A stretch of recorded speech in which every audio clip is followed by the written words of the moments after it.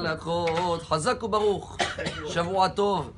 Café aujourd'hui, pas café à boire. Café, c'est 25 aussi.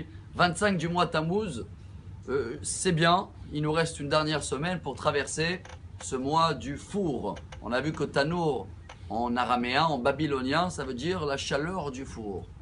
Vous savez que dans la paracha de cette semaine, c'est la source, il y en a deux parachiotes, Matot, Masaé, la source de toutes les règles de cacherisation de vaisselle, que ce sera pour Pessah, ce sera ou quand on a utilisé une casserole pour la viande et c'était une casserole de lait, d'où on apprend comment il faut les cacheriser. Et bien dans la paracha de cette semaine, il y a la guerre contre Midian.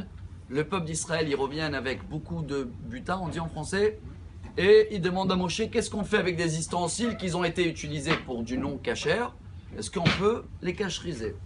Moshe adresse la question à Dieu, et voici la réponse que chacun connaît. Kol davar asher yavo baesh ta'aviru baesh. Ach bemeni dait chata vechol davar asher yavo bamaim vetaher. Traduction. Chaque ustensile qui est passé dans le feu, et il a avalé quelque chose qui est mauvais ou non cachère ou hametz, il va rejeter avec le feu. Chaque chose qu'il a avalé avec du liquide, avec de l'eau, donc on doit le tremper dans l'eau bouillante. Jusqu'à là, c'est très bien, mais aujourd'hui, on n'est pas venu pour apprendre les règles de cacheroute. Ça se fait pas en 3 minutes, même 3 ans dans la yeshiva, et encore, il y a de quoi étudier. Chers amis, chacun de nous, il avale aussi des choses qui ne sont pas cachères. Ce sera dans les pensées, ce sera dans les paroles ou dans les actions. C'est vrai qu'il y a des méthodes pour être recacherisable. Comment? On va passer dans le mikvé. Ah, ça c'est l'eau, ça enlève les mauvaises choses. Même le feu, c'est pas que la chaleur qu'il y a en ce moment dernière semaine, mais quand on fait des jeûnes, c'est dur, c'est chaud. Justement, c'est le but pour nettoyer. Mais aujourd'hui, on va parler de ce qui est le plus dur. C'est quoi l'eau? Qu'est-ce qui est comparé à nous? Tout ce qui est liquide.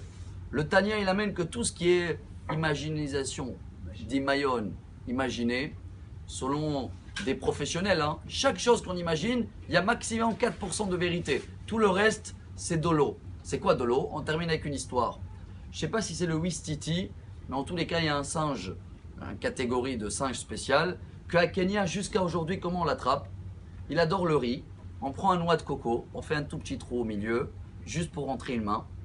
On fait le riz avec l'épice qu'il aime bien. Je ne sais pas s'il aime le spigol, mais quelque chose de bon. On met 5 minutes, on attend, et il arrive, les singes, ils arrivent. Il met la main dans le noix de coco pour attraper le riz. Il attrape le riz, mais après, la main, elle ne ressort pas.